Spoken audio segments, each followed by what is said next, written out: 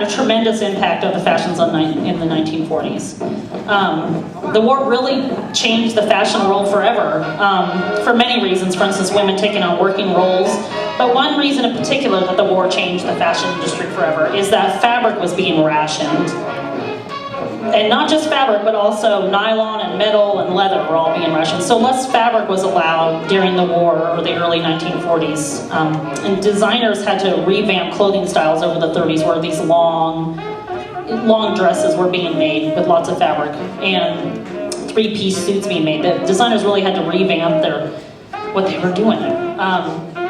So, in an effort to comply with the restrictions imposed upon them, American designers created a new style of suiting, essentially, in clothing for women and men.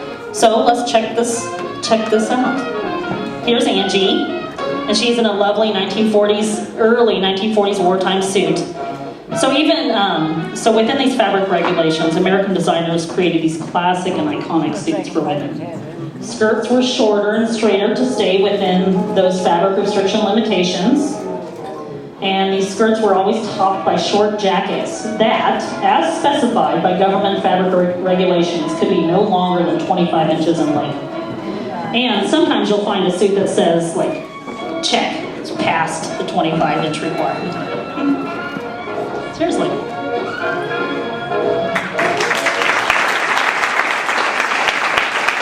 Here's Danielle, again with a short skirt and a short jacket, as limited by fabric amounts at the time. It's got wide, square shoulders, another hallmark of an early 1940s suit. So even within the constraints of fabric conservation, I love how designers paid attention to the details, like the buttons on the front and back of her dress there. And what a hat, yeah? Women loved their hats in the 40s. So the more perched atop the head and the more geometric, the better. That is good stuff. And she's got amazing platforms on. Oh my gosh, we'll talk about those later. Beautiful, thank you. Here's Cheryl. Pinstripes. Pinstripes for women too. So the early 40s, clothing featured a nice trim waist, women there, and nice broad shoulders. It's interesting that during this time of fabric restrictions, pattern companies produced patterns for cutting and sewing a woman's suit actually out of an old suit from a man. So, I don't know. This might be one of those. Thanks, Cheryl. Okay, so throughout the early 40s, a slim waistline was featured, and hips were emphasized, contrasted with a broad chest and straight shoulders with shoulder pads under there. And it created this very, no-nonsense, austere look, is what I'm going to describe it as. That really reflects not only the fabric restrictions at the time, but I think the seriousness of the war. And these features are going to be present in the early 40s dresses that we're going to see too. But you're later going to see a really definitive difference between an early 40s outfit and a late 40s outfit. I'll talk about that soon. But for the early 40s dresses, the designers are working within those pesky fabric restrictions. Let's keep going. Here's Britt. Britt is wearing a classic early 40s dress. So dress designs in the early 40s they had this austerity and no-nonsense to them, reflecting the wartime mood, but there was a femininity to the design, certainly. The skirts of these early 40s dresses were short and more along the lines of a pencil skirt to stay within those fabric restrictions. It's beautiful. So this dress and the next 6 really show this style of the early 40s. And she's got great platforms on, we'll talk about later. Here's Lucy. Lucy's wearing a look that was really popular during the wartime 40s, these black rayon dresses. A natural slim waistline is featured in early 40s. This is also the dawn of shoulder pads in women's garments, creating that square shoulder look. And you often see a V-neck at this time.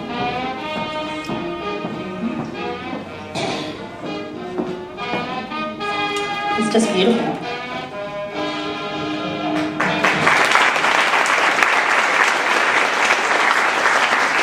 Here's Naomi. She's wearing a wartime look with a high neckline and a nice straight skirt, yeah. So not being able to use lots of fabric, designers of the 40s gave style to outfits using like small embellishments and insertions of different colors of fabric into garments. And you see this here in the neck and the bust of Naomi's dress here. So it's just really interesting to me how the war really defined clothing like this. And she's got great wartime mesh spectators on. Thanks. Here's Kara. Kara's wearing a classic 1940s summer day wear dress here. And it's got a peplum, or a peplum is a very 40s hallmark. That's a swag of fabric that goes around the waist there. And stripes. These really started in the 40s. We use them all the time now, but started in the 40s. Also during the 40s was this growing awareness for the importance of the full ensemble, is what I'm going to call it. It was about the right dress, the right hat, the right shoes, the matching purse, and the gloves. And Kara's nailed it. The full ensemble. Here's Rebecca, and she's wearing a lovely dress with a double peplum. Yeah. So this dress is made of rayon, and that's a fabric that was really used in 40s dresses when silk was being rationed for the war. And the skirts in these early 40s dresses are short, not voluminous. Yeah. To stay within those wartime fabric restrictions. And shoulder pads were typical, creating a square shoulder line and full bust line. She looks beautiful in this. And she's got the full ensemble. Here's Robin. Robin is in a cute summertime dress. And it's got a peplum too. And it's got a nice straight pencil skirt.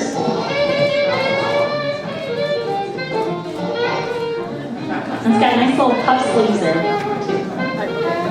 So in the 40s, smaller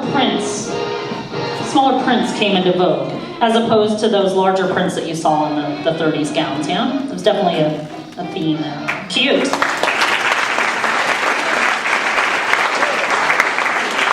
Anna is wearing a lovely early 40s wartime look here, quintessential. Wartime, it's all about the sequins, yeah? This happens a lot in early 40s dresses. So, within those wartime restrictions of fabric, stockings and nylons were not being made. And the skirts were short because of those fabric restrictions as well. But the legs are showing, so whatever is a girl to do. So women went to great lengths in the 40s to make their legs look nice, including like spraying makeup on the legs, and they would even draw a seam up the back of her leg. And she's got great legs and great 40s platforms. Thanks, Anna.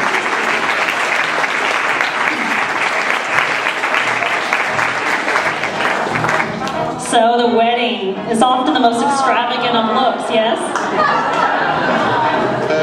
But during the wartime 40s, clothing was really kept to a minimum, and it's reflected here in this wedding dress. A minimal amount of fabric is used here. No beading or extra details, not even 2 layers of fabric, but instead a mesh overlay. But it's beautiful. And the bride has the best of accessories, a handsome, royous groom. In a late 1930s tuxedo with 2 tones of fabric in the Windsor drape tradition of the double-breasted Art Deco jacket with large lapels, low buttons, and the tux is complete with bow tie and a properly styled handkerchief.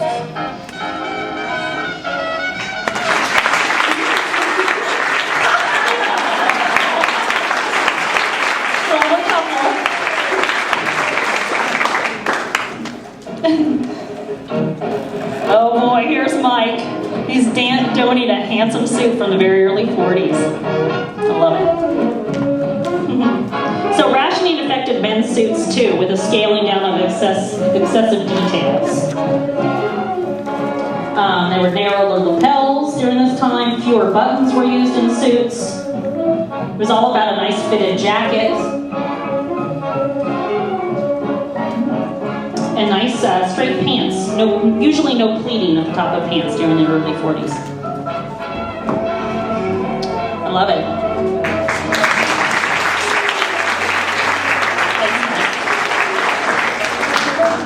Here's Yoshi in pinstriping. So this suit has some lovely transitions from what we see during the wartime 40s, with a scaling down of the extra details. More single-breasted than double-breasted jackets and fewer buttons. So pinstriping really began in the 30s, but it continued on through the 40s. Very handsome suit. Yoshi supplied half of the suits in this show. Thanks, Yoshi.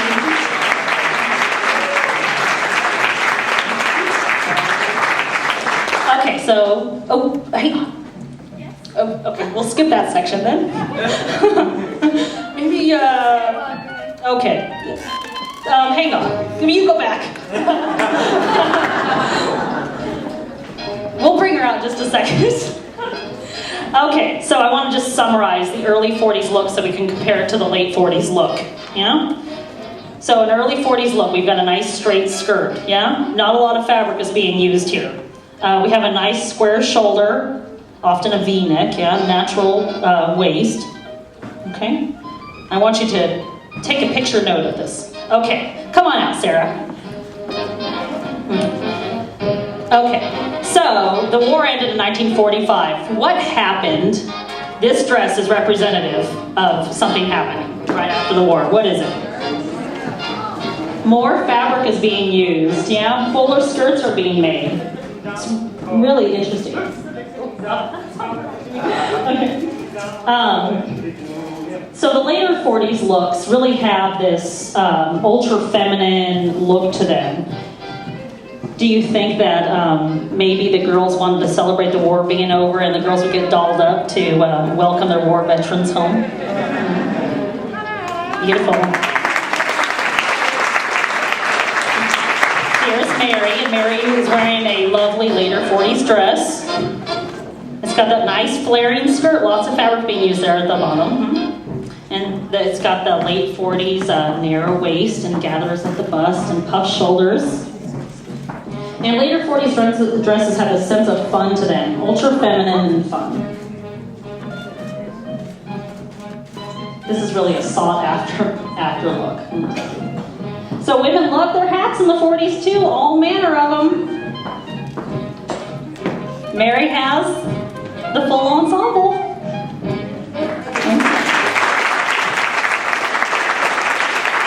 Here's Emily. So note the full skirt. And note the beading. This is a feature that will show up in the later 40s because previously these things would have been rationed for the war. And lots of gathering up around the shoulders there. And note the tie in the back of the dress. The tie in the back. Like we said before, this is something you see in the late 30s and early 40s. We use it all the time today, but we started about then. And this is also a time when the wedge shoe really became popular. The 70s, they went crazy with that. Thanks, Emily.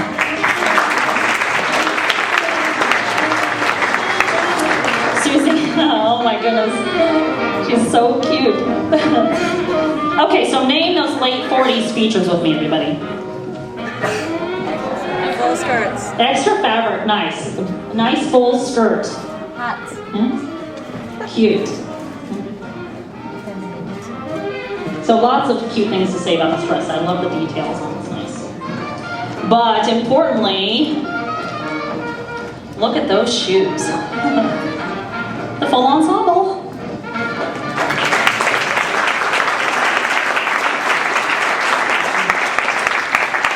So prior to World War II, American fashion designers would attend French fashion shows each year. And they would return to the US and copy these latest Parisian designs, essentially. But Once the Germans had occupied Paris and the US had entered the war, the designers were cut off from this design happening over there. So, in their attempts to design new fashions for the United States market, the United States concentrated on sportswear. And this led to the United States emerging essentially as a sportswear capital of the world, and it's still true today. So, let's bring out some examples of that. Here's Tony and Adrian. So American designers introduced the concept of sportswear and sweaters as coordinating components. Adrian and Tony have on classic examples of 1940s casual sweaters. It's really a look that was embraced by the youth and college age of the day.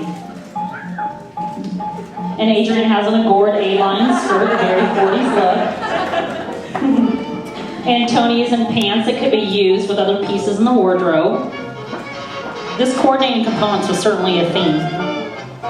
And it created the illusion of having more outfits than you really did. So the United States emerges as sportswear capital, still true today. Here's Kim, and she's got a cute 1940s playsuit on. This is when the pants really hit home, and the United States really became known for pants. Yeah, still. The later 40s had a very sense of fun to all their clothing. And a halter top was introduced as part of casual wear at this time. Kim actually sewed this from a pattern from mid-40s sometime. Okay. Beautiful, thanks, Kim. And she's got great white shoes on. Here's Erin. So American designers had been making the women's suit ever since a woman took on working roles. And here's a lovely example of a late 40s suit with a long skirt that uses more fabric than an early 40s suit would. And it's got extra details that require more fabric, like the scalloped lapels and the pocket details. It's really beautiful. I like the details.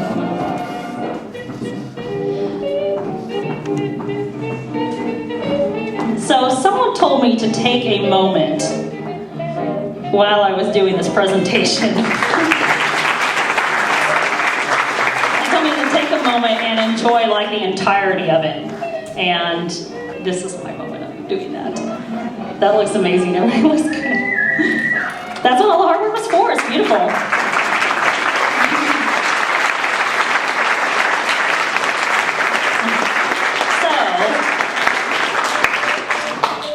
A little bit closer already, I can't see you.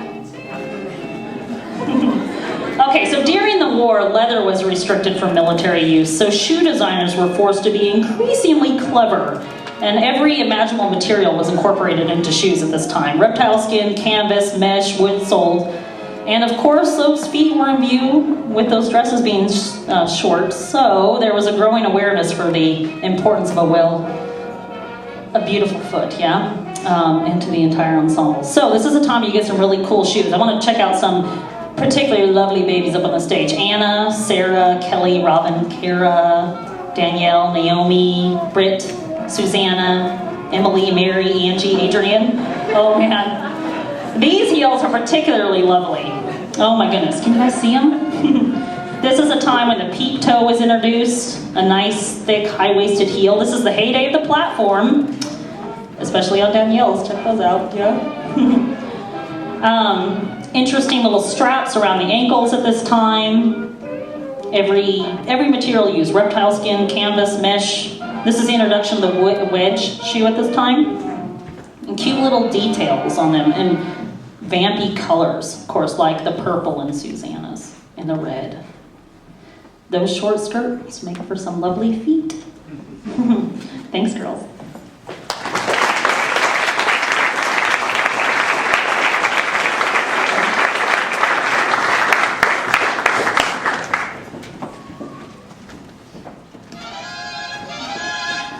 Ryan.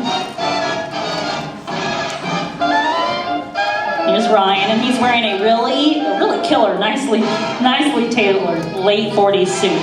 And it's got these extra details that wouldn't have happened so much during the wartime 40s. So these details first appear in the 30s, and then they kind of disappear during the wartime 40s, and then they reappear again in the late 40s. and I just find it fascinating, actually. One of these details is that sought-after belted back. And it's got patched pockets, extra fabric there, and drapey trousers. I have spent many an hour searching for these suits with swing dancers, let me tell you. And he's got great cap-toe wingtip shoes on. Very 40s of you, Ryan. Thank you. So, next up we have a little surprise. With the 40s came swing dancing, of course.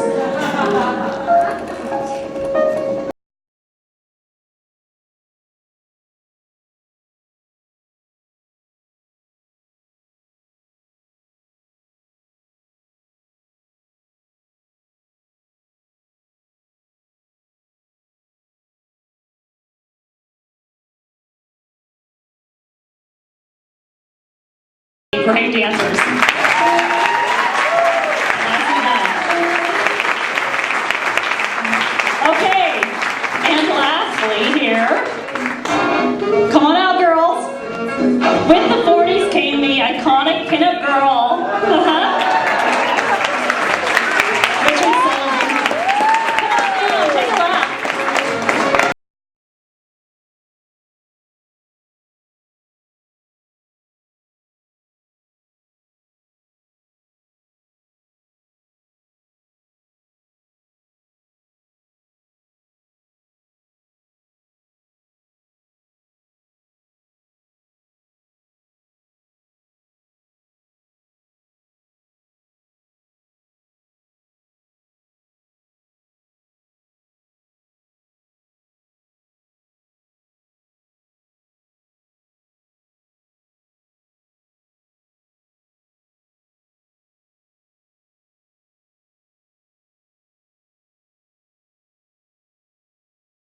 That is it. Let me have all my models come out in their last outfits, and we'll take a walk and we'll say everybody's name. Yeah?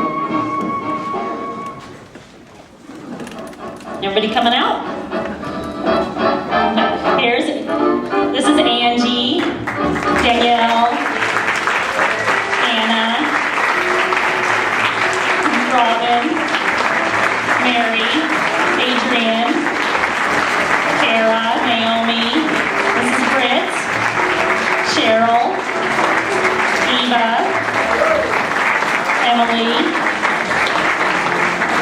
Gabby, Rebecca, Christina, Sarah, Aaron, Kelly, Sarah, Jody, Peggy, Kim, Kelly, Lucy,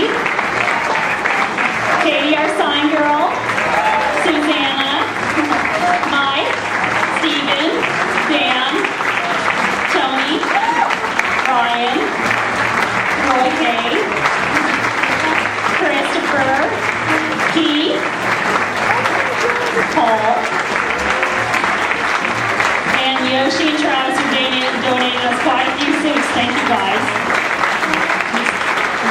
I'd like to give special thanks to my helpers, Kelly Walsh and Mary Woodruff, and Susanna Pava, Jody Laughlin, Allie Jan, Robin Munnelly, and our backstage help, Jody, Mackenzie, Monica. Come on out on the stage, everybody. Where'd everybody go? Come on out, everybody.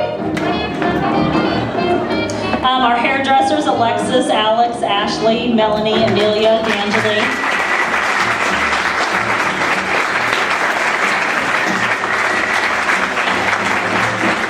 Okay, well, what a joy this has been. Freddie, you want to take a walk with me? And can we have one big round of applause for Lorraine O'Neal?